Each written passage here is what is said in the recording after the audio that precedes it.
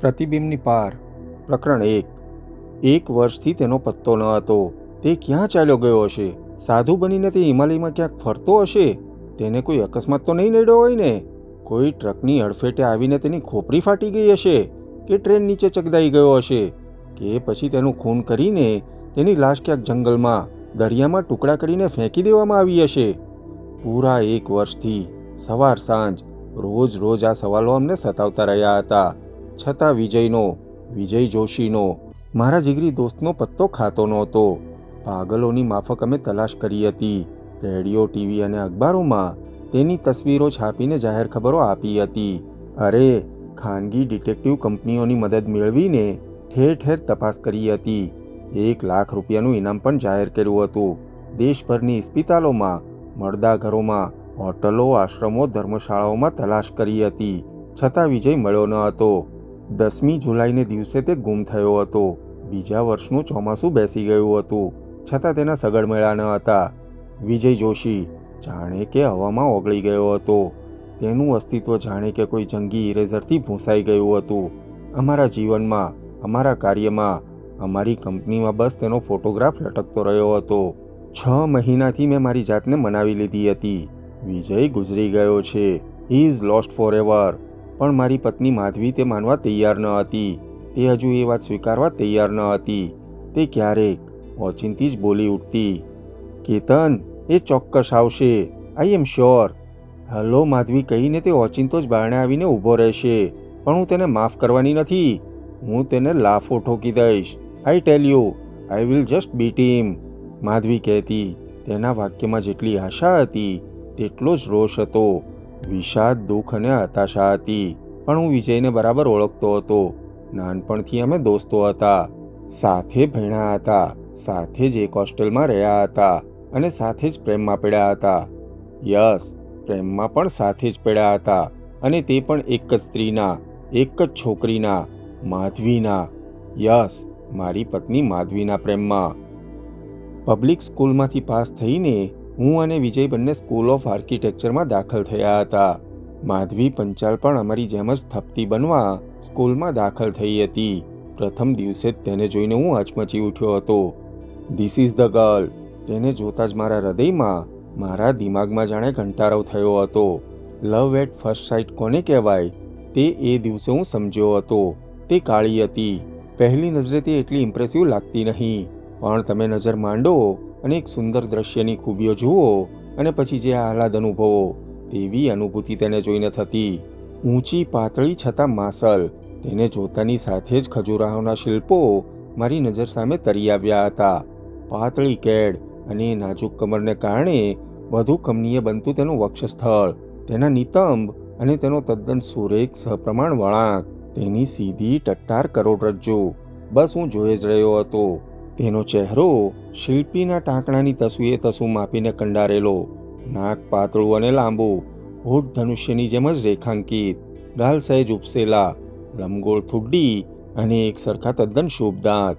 તેની કાળી કીકીઓની આજુબાજુ અજબની સફેદી રહેતી. તે આંખ ઉલાળીને તમારી સામે જુએ તો બસ એમ જ લાગે કે કાળી વાદળી પાછળ સંતાયેલો ચંદ્રનો પ્રકાશ છલકાયો. હું આથી વિશેષ તેના વિશે લખી શકું તેમ નથી. અને છતાંય કદાચ લખવા બેસું તો પુસ્તકો ભરાઈ જાય તેવું મને લાગ્યા કરતું. કદાચ તે એટલી બધી સુંદર છે કે નહીં તેની મને ખબર નથી. શક્ય છે કે તે મને અનુપમ લાગતી હતી. તેમ છતાં મને વિજયનો ડર હતો. મારા જીગરજાન દોસ્તની જ મને દહેશત લાગતી હતી. તેણે પણ મારી જેમ જ આંખ ફાડીને તેને જોઈ હતી. આમ જુઓ તો આર્કિટેક્ચર સ્કૂલના તમામ છાત્રો તેને જોઈ રહ્યા હતા. તે એક તો કાળી હતી અને તેમાંય તદ્દન કાળું ટી શર્ટ અને ભૂખરું જીન્સ પહેરીને આવી હતી.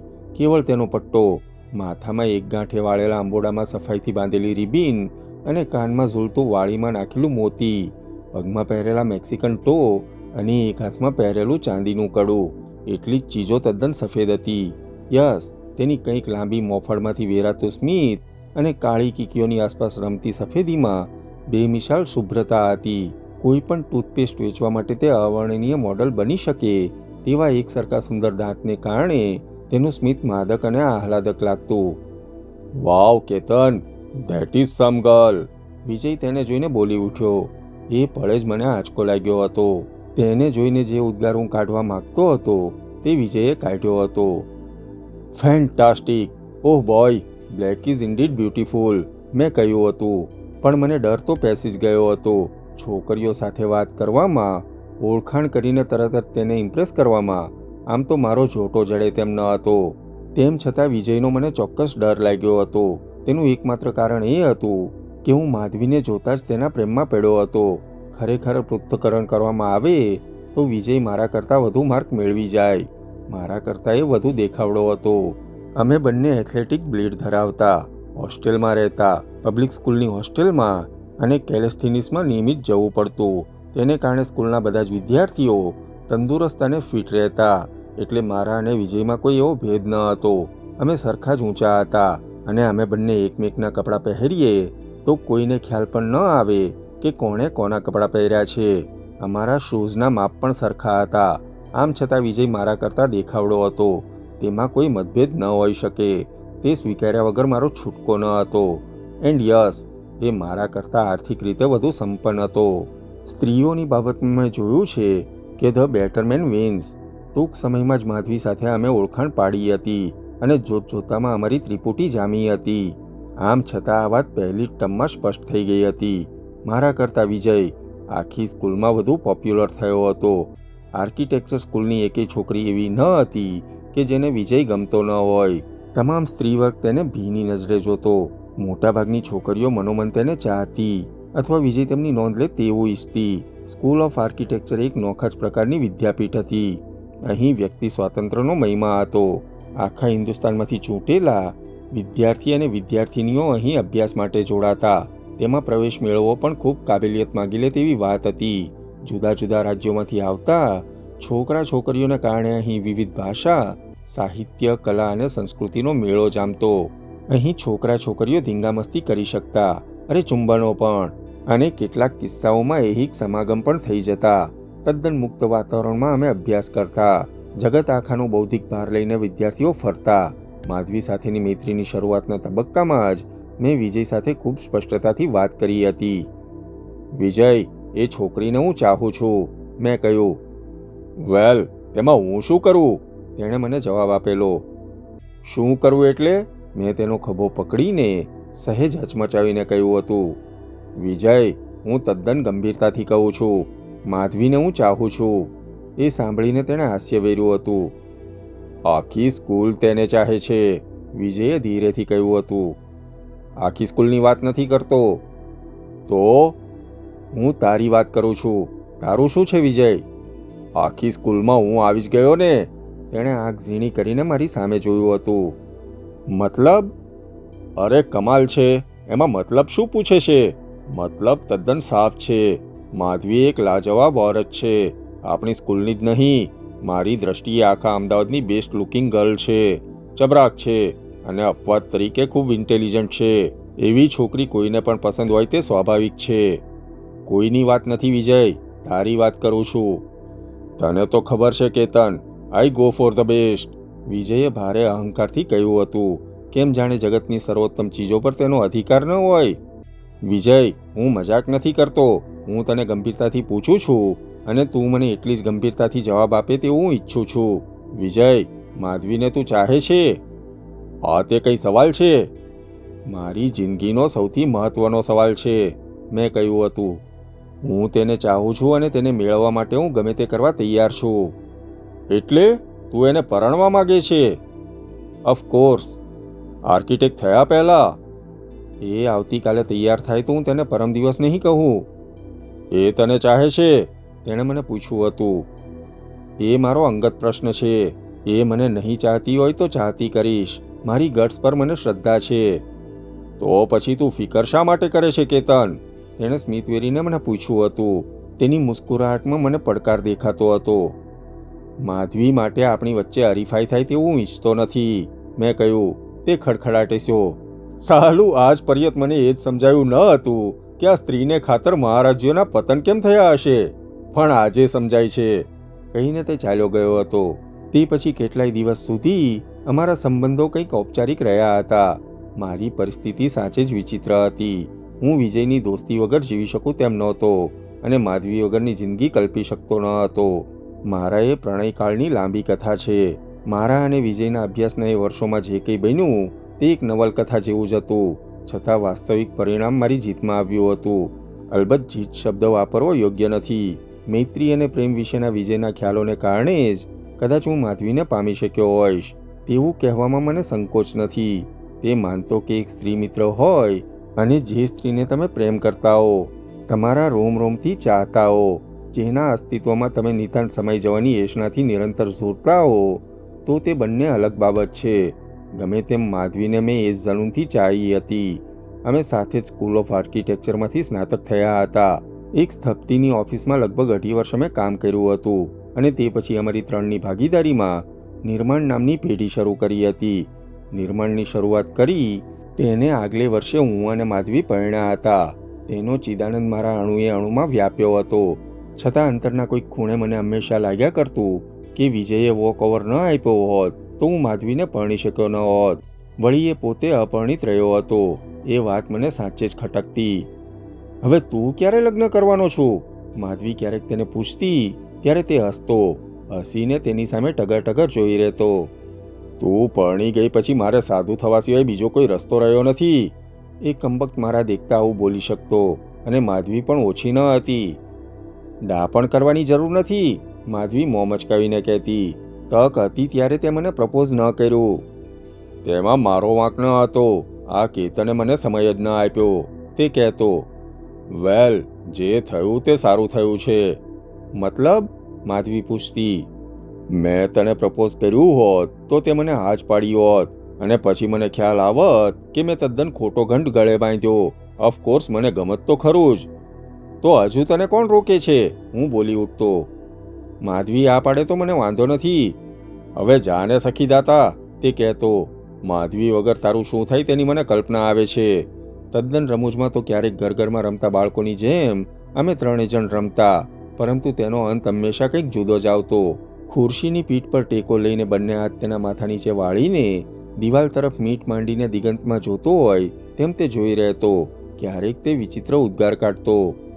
માધવી, હું ક્યારેય પરણી શકવાનો નથી. મને ખબર છે, પણ તું કલ્પી રહ્યો છે તેવી ઓરત તને ક્યાંય મળવાની નથી, માધવી તેને કહેતી.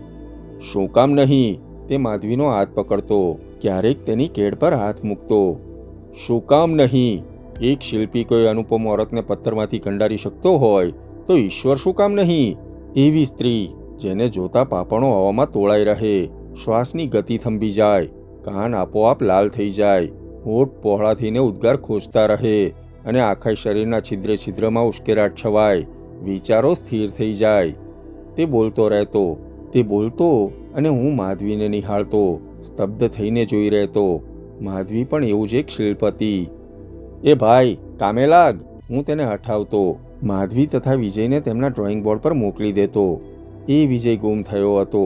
મહિનાઓ વીત્યા હતા. તેની તલાશનું કોઈ પરિણામ આવ્યું ન હતું. અમારી અંતરતમ વાતો, પરસ્પરની મજાકની ગેરહાજરી હવે ચાલતી. માધવી કેટલી વખત રડી હશે તે ગણવાનું શક્ય ન હતું. તેનું કામ તે કર્યા કરતી, પણ ક્યારેક ટેલિફોનની ઘંટડી કસમયે વાગતી ત્યારે તે ઉછળી ઉઠતી.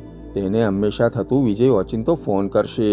તે મારી સાથે પરણી હતી, મને ચાહતી હતી, પરંતુ વિજય તેનો પરમ મિત્ર હતો, ગુરુ હતો, તેના અહમનો પર્યાય હતો. રોજ રોજ એક વખત તે સવાલ કરતી, કંઈ ખબર મળ્યા? તું પોલીસ કમિશનરને ફોન તો કરી જો, હોમ સેક્રેટરીને ફોન કરવો છે. પણ પછી તો પ્રશ્નો પૂછીને તે પણ થાકી હતી. અમારો સંસાર રાબેતા મુજબ ચાલતો હતો. નિર્માણ કંપનીનું કામ પણ બરાબર ચાલતું હતું, પણ તેમાંથી જાણે વસંત ચાલી ગઈ હતી.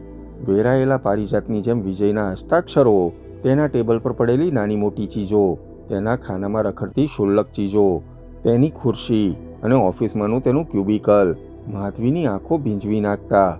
જગત જેમ અનેક વિચિત્ર ચીજોથી ભરેલું છે, તેમ અમારા ત્રણેય વચ્ચેના સંબંધોમાં પણ આ વિચિત્રતા હતી. અમને નજીકથી ઓળખનારા અને જાણનારા લોકો આ વિચિત્રતાને જુદી જુદી રીતે મૂલવતા. ઘણા બધાને લાગતું કે માધવી મને ઉઠા ભણાવી રહી છે, તે વિજય સાથે આડા સંબંધ ધરાવે છે. કેટલાક વળી માનતા કે માધવી અમારી સહિયારી પત્ની છે.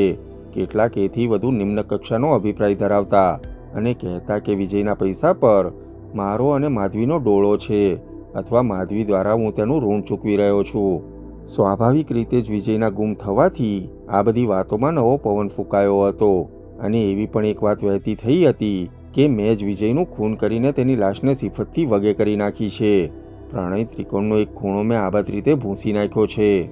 આવી વાતો પોલીસે પણ ગણિતમાં લીધી હતી, અને ખૂબ જ ગંદી રીતે મારી અને માધવીની પૂછપરછ પણ પોલીસે કરી હતી. વિજયને ગુમાવ્યાના દુઃખ ઉપરાંતનું આ દુઃખ વધુ પીડાજનક હતું. વિજયના ગુમ થયાને વર્ષ થઈ ગયું હતું, તે છતાંય શંકાની આંગળી મારા પર તકાયેલી જ રહી છે. માધવીએ પણ કદાચ એવું વિચાર્યું હોય તો મને ખબર નથી. તે ગુમ થયો ગયા વર્ષની 10મી જુલાઈએ. તેને છેલ્લે મળનારા અમે 2 જણ હતા, હું અને વિજયનો નોકર અમથો. એ દિવસે શુક્રવાર હતો. માધવી ઓફિસમાં આવી નહોતી. તેની બહેનપણીનું લગ્ન હતું. એ પ્રસંગની ઉજવણીમાં મદદ કરવા માટે ગઈ હતી. સાંજે સ્પોર્ટ્સ ક્લબમાં ડિનર હતું. ડિનરમાં મને અને વિજયને પણ આમંત્રણ હતું. સાંજે 6 વાગ્યા સુધી ઓફિસમાં હું અને વિજય બંને કામ કરતા હતા. 6 વાગે ઓફિસ ખાલી થઈ. મારો પ્યુન પણ લગભગ 6:15 વાગે મારી રજા લઈને ચાલ્યો ગયો. ઓફિસના મુખ્ય પ્રવેશદ્વારની 4 ચાવીઓ કરવામાં આવેલી. એક હું રાખતો, બીજી વિજય પાસે અને ત્રીજી માધવી પાસે રહેતી. એક ચાવી ઓફિસનો મુખ્ય પટાવાળો રાખતો. 6:30 વાગે મેં મારું કામ આટોપ્યું હતું. મને એમ હતું કે વિજય ચાલ્યો ગયો હશે. ઓફિસની લાઇટ્સ બંધ કરવા માટે હું કેબિનમાંથી બહાર નીકળ્યો, અને મેં તેની કેબિનની લાઇટ બળતી જોઈ. વિજય ઘણી વખત લાઇટ્સ અને એસી મશીન ચાલુ રાખીને ચાલ્યો જતો. મને હંમેશા તેનો ગુસ્સો આવતો. તે દિવસે પણ લાઇટ્સ ચાલુ જોઈને હું ગુસ્સે ભરાયો હતો. ડેમ ઇટ, હું બબડ્યો અને વિજયની કેબિનના બારણાને ધક્કો માર્યો હતો. વિજયે સેજ ચોંકીને મારી સામે જોયું હતું. સોરી, મને એમ હતું કે તું પાછો લાઇટ્સ ચાલુ રાખીને ચાલ્યો ગયો છું, મેં કહ્યું. તે હસ્યો. આપણે સ્પોર્ટ્સ ક્લબ જવાનું છે, તને યાદ છે ને? મેં પૂછ્યું હતું. ઓહ યા, સારું થયું તે યાદ દેવરાવ્યું, તે બોલ્યો. તેના ટેબલ પર કેસરબાગ પેલેસના નકશાના કાગળો પથરાયેલા હતા. મેં તે તરફ જોયું. આ શું કરવા માંડ્યું છે તે? મેં પૂછ્યું. જસ્ટ હું વિચારતો હતો, તે બોલ્યો, અને તેણે નકશાઓનો વીંટો વાળવો શરૂ કર્યો. નકશાની નીચે થોડાક બ્લોઅપ કરેલા ફોટોગ્રાફ્સ પણ હતા. જાસોદના દરિયા કિનારે આવેલા જૂના ખખડી ગયેલા મહેલને સુંદર હોટલ અને હોલિડે કેમ્પસમાં ફેરવવાની એક પ્રપોઝલ હતી. હું 2-3 વખત ત્યાં જઈ આવ્યો હતો.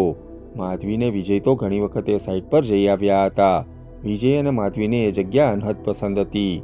આર્કિટેક્ટ્સ તરીકે એ મહેલને રિનોવેટ કરીને એક અનુપમ ઇમારત અને વાતાવરણ ઊભું કરવામાં અમને કેવળ રસ જ નહોતો, પણ આ અદ્ભુત કાર્ય કર્યાનો આનંદ પણ આવે તેમ હતો. છતાં એક વ્યવહારુ આદમી તરીકે એ પ્રોજેક્ટમાં રસ લેવો મારે માટે કઠિન હતો. તેના ચોક્કસ કારણો હતા, અને વિજય તથા મારી પત્ની માધવી બંને જાણતા હતા. પરિણામે મારી હાજરીમાં કેસરબાગ પેલેસના પ્રોજેક્ટની ચર્ચા થતી નહીં. એટલું જ નહીં, ક્યારેક માધવી કે વિજય તેની ચર્ચામાં સમય બગાડતા ત્યારે હું તેમને રોકતો. તમે બંને સમજતા કેમ નથી? એ જગ્યાને રિનોવેટ કરવામાં અને આ અનુપમ હોટેલ બનાવવામાં મબલક રૂપિયા જોઈશે. એ કામ પહેલું છે. એક વખત એમ કે રૂપિયાનો બંદોબસ્ત ન કરે ત્યાં સુધી આપણે મહેનત કર્યા કરીએ તે અર્થ વગરનું છે. એ કેસરબાગ પેલેસના માલિકનું નામ M.K. સિંહ હતું. એ જાગીરદાર હતો. કેસરબાગ પેલેસનો માલિક હતો, પણ તેની પાસે તેટલા પૈસા નહોતા કે જેથી એ પેલેસને કોઈ 5 સ્ટાર હોટેલમાં કે હોલિડે રિસોર્ટમાં ફેરવી શકે. વિજય ગુમ થયો તેના થોડા મહિના પહેલાં જ અમને M.K. સિંહ, મોહન કુમાર સિંહનો પરિચય થયો હતો. હું અને વિજય મુંબઈમાં સી ગ્રીન હોટલના માલિકને મળીને પાછા વળતા હતા. મુંબઈ એરપોર્ટ પર અમારે ખાસ્સું રોકાવું પડ્યું હતું. રાબેતા મુજબ જ ઇન્ડિયન એરલાઇન્સનું વિમાન મોડું હતું, એટલે વિમાનઘરની લોન્જમાં બેસીને હું અને વિજય સી ગ્રીન હોટલના એક્સટેન્શનની ડિઝાઇન અંગે વાત કરી રહ્યા હતા. અમારી કંપની નિર્માણ, હોટેલ્સ અને હોલિડે રિસોર્ટના પ્લાનિંગ માટે મશહૂર થઈ હતી. સાચું કહું તો તેમાં સૌથી વધુ ફાળો માધવીનો હતો. લેન્ડસ્કેપિંગમાં તે અવ્વલ હતી. અમે વાતો કરતા હતા, અને અમારાથી થોડે દૂર બેઠેલા મોહનકુમારસિંહ અનાયાસ જ અમારી ચર્ચા સાંભળતા હતા. થોડીવાર પછી અમે એરપોર્ટની કાફેટેરિયામાં ગયા. તે અમારી પાછળ આવ્યા, અને તેમણે જાતે જ તેમની ઓળખાણ આપી. હલો, તેમણે આવીને કહ્યું અને સ્મિત વેર્યું. હું અને વિજય તેમની સામે અને પછી એકમેકની સામે જોઈ રહ્યા. વિજયને એમ લાગ્યું કે એ ભાઈ મને ઓળખતા હશે. મને થયું કે વિજયના ઓળખીતા હશે. ગમે તેમ, મોહનકુમારસિંહ અમારી એ મૂંઝવણ કળીને બોલ્યા. આપણે આ પહેલાં મળ્યા નથી. મારું નામ મોહનકુમારસિંહ જાડેજા, એક્સ સર્વિસમેન. આર્મીમાંથી થોડાક સમય પહેલાં જ નિવૃત્ત થયો છું. હું ક્યારનોય તમારી વાતો સાંભળતો હતો. અનાયાસ જ. એ સાંભળીને મને તમારી ઓળખાણ કરવાનું મન થયું. તે સસ્મિત બોલ્યા. તેમણે કહ્યું ન હોત કે તે લશ્કરી અફસર હતા તોય અમને તેનો ખ્યાલ તો આવ્યો હોત. પાતળો ચુસ્ત દેહ, કસાયેલા હાથ, તાંબા જેવી ચમકતી રતુમડી ચામડી, આછી સફેદી છવાયેલા વાળ, ભરાવદાર અને આંકડા વાળેલી મૂછો, તેજીલી આંખો, ભલો છતાં વૃક્ષ ચહેરો. તેમના કપડાં પણ તેમના વ્યક્તિત્વને ઓપ આપે તેવા હતા. બ્રાઉન પેન્ટ, ગ્રે શર્ટ અને કોલરમાં નાખેલો રેશમી scarf. You are welcome sir, વિજયે પણ સ્મિત વેરીને કહ્યું. મારું નામ વિજય જોશી અને આ મારો પાર્ટનર કેતન મહેતા, કહીને તેણે મારી ઓળખાણ આપી. અમે હાથ મિલાવ્યા. મને ખ્યાલ આવ્યો કે તમે બંને આર્કિટેક્ટ્સ છો. તમારી વાત પરથી મને એ પણ ખ્યાલ આવ્યો કે તમે નિર્માણના માલિક છો. મેં એક સામયિકમાં તમારા ફોટોગ્રાફ્સ જોયા હતા. મોહનકુમાર સિંહે એક વખત ટાઈમ્સમાં છપાયેલા અમારા ઇન્ટરવ્યૂની વાત કરી. સ્વાભાવિક રીતે જ અમને તેનો ગર્વ થતો હતો. પ્રશસ્તિ કોને નથી ગમતી? અમે સાથે કોફી પીધી. વિમાનઘરની પબ્લિક એડ્રેસ સિસ્ટમ પરથી વારંવાર અમદાવાદની ફ્લાઇટ કેટલી મોડી થશે તેની ખબર આવતી હતી. સામાન્ય સંજોગોમાં અમે પણ અન્ય પેસેન્જરોની માફક તે અંગે હોહા કરી હોત, પણ મોહનકુમારસિંહ સાથેની વાતચીતમાં અમે કંઈક ગંભીરતાથી પરોવાયા હતા. આખરે વાત ધંધા પર આવી હતી. તમે જાસોદ જઈ આવ્યા છો? મોહનકુમારસિંહે પૂછ્યું હતું. ઓહ, ફેન્ટાસ્ટિક પ્લેસ, મેં તરત કહ્યું હતું. વેલ, જાસોદનું કહેવા તો રાજવી છું. શું વાત કરો છો મોહનકુમારજી? મેં સાચે જ આનંદથી ઉદ્ગાર કાઢ્યો હતો. તમે મને મોહનસિંહ કહેશો અથવા જસ્ટ એમ કે કહેશો તો વધુ ગમશે. બહુ જ સાલસતાથી ભીના અવાજે તેમણે કહ્યું હતું. મને લોકો એમ કે કહીને સંબોધે તો આત્મીયતા લાગે છે. તમને ખબર છે મારું પૂરું નામ શું છે? નહીં, મેં કહ્યું. મહારાજ કુમાર નરભદ્ર નરકેસરી સ્વરૂપ મોહનસિંહ જાડેજા, તેમણે હસીને કહ્યું હતું. ઓહ, ધેટ સમ નેમ, વિજયે ઉદ્ગાર કાઢ્યો. એટલે જ મેં કહ્યું ને કે તમે મને એમ કે કહેશો તો અનુકૂળ રહેશે. ઓહ, થેન્ક્સ એમ કે, વિજયે તેમના હાસ્યમાં સૂર પુરાવતા કહ્યું હતું. આપણે સાહેબ જાસોદની વાત કરતા હતા. અમે બંને જાસોદ જઈ આવ્યા છીએ. ગુજરાત સરકાર ત્યાં કંઈક ટુરિસ્ટ સેન્ટર કરવાનું વિચારતી હતી. જાસોદનો દરિયા કિનારો, તેનો બીચ અદ્ભુત છે, તદ્દન નિર્જન અને શાંત. સાચું કહું તો ત્યાં કશું પણ શહેરીકરણ થાય તો અંગત રીતે મને ગમે નહીં. એ દરિયા કિનારો સાચે જ અનુપમ છે, મેં વચ્ચેથી કહ્યું. વિજય અને માધવી ઘણી વખત પર્યાવરણની એટલી ચિંતા સેવતા કે મને દહેશત રહેતી કે કેટલાક કામો અમારે જતા કરવા પડશે. એટલે જ જ્યારે મને એવું લાગે કે વાત પર્યાવરણ તરફ જશે ત્યારે હું વચ્ચે પડતો. કેવળ દરિયા કિનારો જ તમને અનુપમ લાગ્યો? એમ કે એ પૂછ્યું હતું. નહીં સર, બીચને છેડેથી શરૂ થતી નાનકડી કોરલ લીવ્સ, પહાડીઓ અને બીજી તરફનો નાનકડો અખાત, રેતીના ઢગલા. ઉફ, વોટ અ પ્લેસ, વિજય બોલ્યો. વિજય કરતાં હું વધુ સારી રીતે શબ્દોનો ઉપયોગ કરી શકતો, છતાં વિજયની આંખો, તેના ચહેરા પર ઉપસતા ભાવો, માથું હલાવીને લાગણીસભર અવાજથી પોતાના અંતરને ખોલવાની આદત સામા માણસને અન્ય કરતાં પોતીકી લાગતી. પોલિટિશિયન ટાપુના કાંઠા જેવી જગ્યા ડેવલપ કરવા માટે એક પ્રોજેક્ટ અમે ગુજરાત સરકારને આપ્યો હતો, પણ પછી એ વાત રાબેતા મુજબ અભેરાઈએ ચડી. સાચું કહું તો એ પ્રોજેક્ટ અમલમાં ન આવ્યો તેનો વિજય અને માધવી બંનેને આનંદ હતો. આપણા દેશમાં સારી જગ્યાને બગાડવાનો રાષ્ટ્રીય ઉદ્યોગ ચાલે છે તેવું તેમનું મંતવ્ય હતું, પણ મારો અભિપ્રાય તેમનાથી જુદો હતો. એ પ્રોજેક્ટ સ્વીકારાયો હોત તો તેમાંથી મબલક કમાણી એમને થઈ હોત. તમે જાસોદ જોયું છે તો કેસરબાગ પેલેસ પણ જોયો જ હશે ને? એમ કે સિંહે પૂછ્યું. ઓફકોર્સ સર, વિજયે જવાબ આપ્યો. અમે 3 જણે જોયો હતો. 3 જણ એટલે? મેં, આ કેતને અને માધવીએ, વિજયે કહ્યું.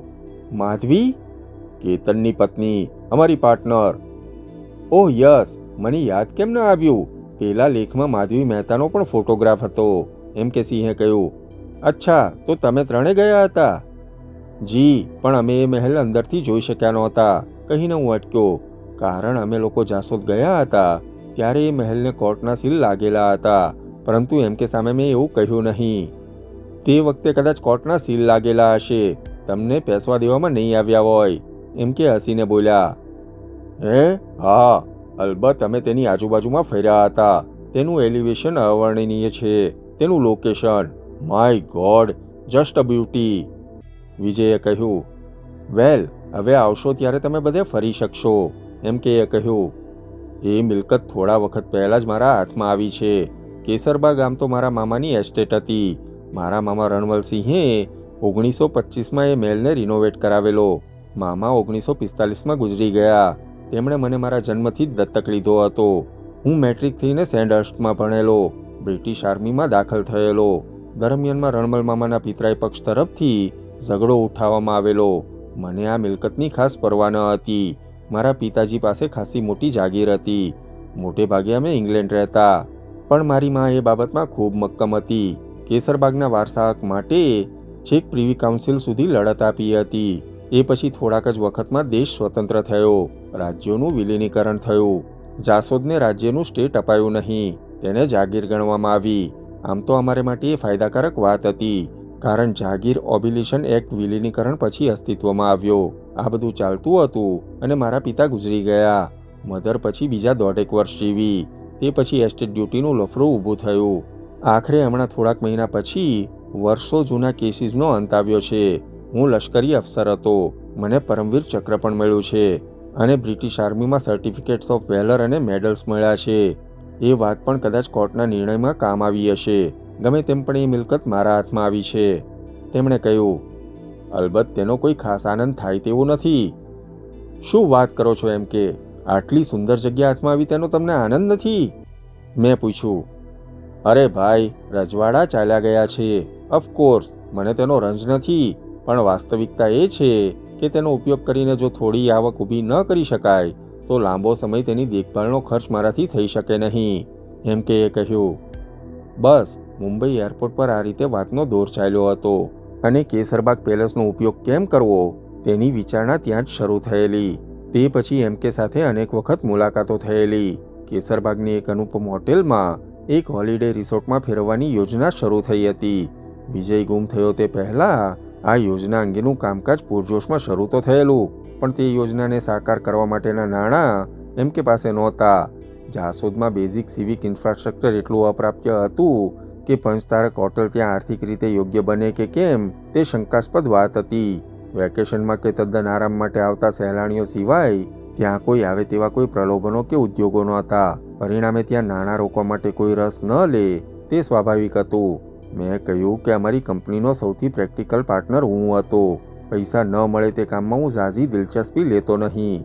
જ્યારે જાસોદ વિશે ચર્ચા થતી ત્યારે હું તેને રોકતો. એમ કે ને તારે હવા ભરવાની કોઈ જરૂર નથી. એ માણસ એટલા પૈસા ઊભા કરી શકે તેમ નથી. તે આ વાત મને 25 વખત કહી છે કેતન. તો પછી તું છાલ કેમ છોડતો નથી? કારણ આ બેનમૂન જગ્યા છે અને મારી દ્રષ્ટિએ જો આપણે મદદ કરી શકીએ તો આખા દેશમાં એક ઉત્તમ પ્રવાસન સ્થળ ઊભું થઈ શકે. આપણાથી થાય તેટલી મદદ આપણે કરી જ છે, હું કહેતો. એમ નહીં કેતન, માધવી વચ્ચે ટપકી હતી. આપણે A to Z પ્લાનિંગ કરીને આપવું જોઈએ. બની શકે તો મોડેલ્સ પણ. આ વખત તેને એટલું કરી આપીએ તો તે ફાઇનાન્સ ઊભું કરી શકશે. ફી વગર? હું પૂછતો. એ એક વખત આપણે પ્રોજેક્ટનું A to Z પ્લાનિંગ કર્યા પછીનું શું? પછી તેને ક્લિયરન્સ ન મળ્યું તો? ત્યાંના માછીમારોએ વિરોધ ઉઠાવ્યો તો, અને સૌથી અગત્યની વાત એ કે કદાચ એમ કે ફાઇનાન્સ જ ઊભું નહીં કરી શકે. તમે બંને સમજો. એ બીજા કોઈ આર્કિટેક્ટને કામ આપી દેશે, માધવીએ કહ્યું. એ તો આપણે પ્લાનિંગ કરીને આપીએ પછી પણ આપી દે તો શું કરીશું? મેં કહ્યું. એ એગ્રીમેન્ટ કરવા તૈયાર છે, વિજયે કહ્યું. ઓકે ફાઇન, પણ પૈસા વગર એગ્રીમેન્ટ કરવાનો અર્થ શું? હું દલીલ કરતો. બીજા કોઈ આર્કિટેક્ટને સોંપવામાં આવશે તો એ જગ્યા તદ્દન વિકૃત થઈ જશે. એ જગ્યાના નૈસર્ગિક સ્વરૂપને સહેજે આંચ ન આવે તેવી દ્રષ્ટિ કોઈ રાખશે નહીં, માધવી સામે દલીલ કરતી. પ્રશ્ન પ્લાનિંગનો નથી, સંકલ્પનાનો છે. 100 વાતની એક વાત કેતન, એ જગ્યાના, એ કેસરબાગ મહેલના હું પ્રેમમાં છું. વિજય ઘણી વખત વાતનો અંત લાવવા કંઈક છેલ્લા પાટલાની દલીલ કરતો. આપણે ઘણી બધી ચીજોના પ્રેમમાં હોઈએ, પણ એ બધી મેળવાતી નથી. હું સહસા બોલી ઉઠેલો, પણ તેનો સંદર્ભ જુદો જ ઊભો થયો હતો. માધવી તે દિવસે ઘેર આવીને મારી સાથે લડી હતી. તું કબૂલ કેમ કરતો નથી કેતન કે વિજયની તને અદેખાઈ આવે છે? એક પુરુષ તરીકે તું ભૂલી શકતો નથી કે તે પણ મને પ્રેમ કરતો હતો, માધવીએ કહેલું. હું તેની સામે જોઈ રહ્યો હતો. વોટ? તે તને પ્રેમ કરતો હતો? તેણે મને એવું કહ્યું નહીં. એ કહેવાની તને જરૂર છે? નાની બાળકી પણ તેની આંખોમાંથી વાંચી શકે તેમ છે. વાવ, મને હવે ખ્યાલ આવે છે તમે બંને હંમેશા મારી વિરુદ્ધ કેમ સહમત હો છો. આ પ્રેમ હજુ ચાલે છે માધવી, બિહાઇન્ડ માય બેક. તે દિવસે બસ એમ જ અમારી વચ્ચે બોલાચાલી થયેલી. માધવી 2 દિવસ સુધી મૂડલેસ રહી હતી. આખરે મારે તેની માફી માગવી પડી હતી. આવા નાના મોટા, ક્યારેક ક્ષુલ્લક તો ક્યારેક ગંભીર ઝઘડા MKCના કેસરબાગ મહેલ અંગે અમારી વચ્ચે થતા. તો પણ એ બંનેએ પ્રોજેક્ટ પરનું કામ છોડ્યું નહોતું. મને એ ખબર હતી, છતાં હું તેની ચર્ચા કરતો નહીં. મારે નાહકનો એ મુદ્દા પર કકળાટ કરવો નહોતો. એ બંને જણ પણ એ સમજતા. મોટે ભાગે એ કામ પણ ઓફિસ અવર્સ પછી કે વિજયને ઘેર થતું. અમારા કોઈ માણસોની મદદ પણ સૈદ્ધાંતિક રૂપે લેવાતી નહીં. એ દિવસે તેની ઓફિસમાં તે કેસરબાગ પેલેસના નકશાઓ અને તેમણે તૈયાર કરેલી ડિઝાઇન્સની બ્લુપ્રિન્ટ લઈને તેની ઓફિસમાં કામ કરતો હતો. અમારે સ્પોર્ટ્સ ક્લબના ડિનરમાં જવાનું હતું. તે ઊભો થયો. તું મને પિકઅપ કરવાનો છે? મેં પૂછ્યું. કે હું તને લેવા આવું? નહીં કેતન, હું મારી જાતે જ આવી જઈશ, તે બોલ્યો હતો અને અમે છૂટા પડ્યા હતા. સામાન્યતઃ અમે ત્રણેય જણ સમયની બાબતમાં ચોક્કસ હતા. હું, વિજય કે માધવી ક્યારેય મોડા પડતા નહીં. તે દિવસે 8 વાગ્યાનું ડિનર હતું. અલબત્ત લગ્નનું જમણ હતું એટલે વહેલા મોડા આવવાનો સવાલ નહોતો. પણ 7, 8, 8:30, 9 થયા તોય વિજય આવ્યો નહોતો. માધવીની ખાસ બહેનપણીના લગ્ન હતા એટલે તે સ્વાભાવિક રીતે પ્રવૃત્ત હતી. છતાં મને 2 વખત આવીને પૂછી ગઈ હતી. હું ખાસ્સો રોકાયો હતો પણ વિજય આવ્યો નહીં. લગભગ 10:30 વાગે અમે ઘેર આવ્યા હતા. માધવીને બીજે દિવસે સવારની ગાડીમાં નીકળીને પુના જવાનું હતું. તે માટેની થોડી તૈયારીઓ કરીને અમે સૂઈ ગયા હતા. સવારે, શનિવારે સવારે માધવીને હું એરપોર્ટ પર મૂકીને ઘેર પાછો આવ્યો હતો. ત્યારે પણ મને એવો વિચાર નહોતો આવ્યો કે વિજય આગલી રાતે ચાલ્યો ગયો છે. શનિ રવિ અમારી ઓફિસ બંધ રહેતી. ક્યારેક હું, વિજય અને માધવી શનિ રવિ પિકનિક પર જતા. ક્યારેક કોઈ પરસ્પર ઓળખીતા મિત્રને ત્યાં કે પછી કોઈ પાર્ટીમાં સાથે જવાનું થતું. તે સિવાય શનિ રવિ અમે મળતા નહીં. તે અઠવાડિયે પણ એવું જ થયું હતું. શુક્રવારે તેને હું ઓફિસમાંથી નીકળતા મળ્યો. તે પછી શનિ રવિ 2 દિવસ ગયા હતા. સોમવારે તે ઓફિસ આવ્યો નહીં. માધવી પુના ગઈ હતી અને વિજય આવ્યો ન હતો. એટલે આખો દિવસ હું કામમાં રહ્યો હતો. ઓફિસમાં અમે સાથે જમતા. તે દિવસે સોમવારે હું એકલો જ જમ્યો હતો. વિજય અવારનવાર આ રીતે ગેરહાજર રહેતો, પરંતુ મોટે ભાગે તે સંદેશો આપતો. પણ એવો કોઈ સંદેશો આવ્યો ન હતો એટલે મેં તેને ત્યાં 2 વખત ફોન પણ જોડ્યો હતો. બંને વખત ઘંટડી વાગતી રહી. સાંજે ઓફિસથી નીકળતી વખતે મેં ફરી ફોન કર્યો હતો. ફોન અમથાલાલે ઉઠાવ્યો હતો. અમથાલાલ વિજયના ઘરનો સર્વે સર્વા હતો. તે બધું જ કામ કરતો. વિજય માટે જમવાનું પણ તે જ બનાવતો. હલો અમથાલાલ, ક્યાં હતા આખો દિવસ? મેં પહેલો પ્રશ્ન અમથાને પૂછ્યો હતો. મારી બૂન નહીં કેતનભાઈ, મણિનગરમાં? તો ભાઈ, તેને તો આજ કથા હતી. તે હવારનો ત્યાં જ જોતો અને પછી બપોરે આવીને જબ્બાનું બનાવ્યું ને પછી માર્કેટમાં જોતો અને પછી ઘડીભર ઓશો મીસીને પડ્યો રહ્યો. બળું ઊંચો આવે છે. અમથો થોડો સ્ત્રીણ આદમી હતો. તેની ભાષા અને અવાજ બંનેમાં ચરોતરી ઓરતનો લહેકો હતો. વિજય ક્યાં છે? વિજયભાઈ, બળું મને એ જ સવાલ છે. એ શુક્રવાર રાતને જ્યાં છે કેતનભાઈ. પણ ક્યાં ગયા છે? એ તો ખબર નહીં ભાઈ. હોજે આયા, ચોક બહાર જ્યા, પછી રાતે આયા અને પાછા મોડા બહાર જ્યા. પણ ક્યાં ગયા? ભાઈ સાહેબ, આપણને શી ખબર. ઘરમાં આયા, ગાડી ગેરેજમાં મેકી. મી અવાજ હોંભરીને બાયણું ખોલ્યું. ઓમ તો જેણે ઘરમાં આવે તણ પૂછે ખરા, ચા મમથા, આજ ખાવાનું શું બનાવ્યું છે? પણ ભાઈ કોઈ બોલ્યા નહીં અને એ તો સીધા એમના રૂમમાં જ્યા. ક્યાંક ગડમથલ કરી. કેમેરાનો થેલો ઉઠાઈને ભાઈ બહાર આવ્યા અને મને કે અમથા બાયણું વાહી દેજે. તે ભાઈ, આપણે તો બાયણું વાહી દીધું અને બાયણું વાહીને હું તો હોઈ ગયો. પણ તે પૂછ્યું નહીં એ ક્યાં જાય છે? મેં અમથાને પૂછ્યું. એમ તો ચેમ કરીને પૂછાય? અને તમે વિજયભાઈનો સ્વભાવ ચો નહીં જાણતા? આપણે હારા માટે કહીએ તો ધડ દઈને કહી દે. અમથા, તારે વચ્ચે ડબકા નહીં મેલવાના. એટલે તો ભાઈ આપણે કોઈ પૂછવાનું નહીં, સમજ્યા ને? પણ અમથા, આજે સોમવાર થયો, શુક્રવાર રાતનો એ ઘેર નથી આવ્યો તો તારે મને ફોન કરવો જોઈએ કે નહીં? મેં અકળાઈને કહ્યું. લ્યો, મને તો એમ કે તમોને તમારી રૂપારીને ખબર હશે. માધવી બુનને પૂછ્યા વગર વિજયભાઈ ચો પાણીનો પાળો પી હશે? અમથાએ કહ્યું. તે પણ મારો બેટો ઓછો ન હતો. આમે કંબક ખણખોદિયા બૈરા જેવો હતો. તેમાં વળી વિજયના ઘરમાં તેનું રાજ ચાલતું. તું સીધી વાત કરીશ. કોઈની સાથે ગયો હતો કે એકલો? એકલા જ નીકળ્યા. અને ગાડી? ગાડી તો રૂપારી ગેરેજમાં છે. સુટકેસ લઈને ગયો છે? બળ્યું એ જોયું નહીં. એમણે મને બૂમ પાડીને કીધું કે અમથા બાયણું વાહી દેજે. તોણ તો મને ખબર પડી કે વિજયભાઈ ચોક જવાના છે, પણ કેતનભાઈ ખભે કેમેરાનો થેલો લટકાવેલો હતો. તો ક્યાં ગયો હશે? આજે આખો દિવસ ઓફિસમાં આવ્યો નથી. નહીં આયા? હાય હાય, તોણ ચોં હશે? અમથાએ ઉદ્ગાર કાઢ્યો. અમથા સાથે વધુ વાત કરવી એટલે માથું દુખાડવું. અમથા, વિજય આવે કે તેનો ફોન આવે તો મને તરત ખબર કરજે. ચો ઓફિસમાં? હવે હું ઓફિસમાં ન હોઉં તો ઘેર કરજે. તમે ઘેર ચોણ પૂછશો? ઓહો, એ બધી તારે શી પંચાત? તું મને ફોન કરજે ને. તમે ના હો તો માધવીબુન તો હશે ને? અમથાએ ફોનમાં લંબાણ કરવાનું ચાલુ રાખ્યું. મેં આખરે ફોન મૂક્યો. ઓફિસથી ઘેર જઈને પણ મેં ફોન જોડ્યો. રાત્રે 2 વખત ફોન કર્યો, પણ અમથો જ જવાબ આપતો હતો. હાય હાય કેતનભાઈ, એ ચોં જ્યાં હશી? ખેર, સોમવારે મને ખાસ ચિંતા ન થઈ. તે ફોટોગ્રાફીનો શોખીન હતો.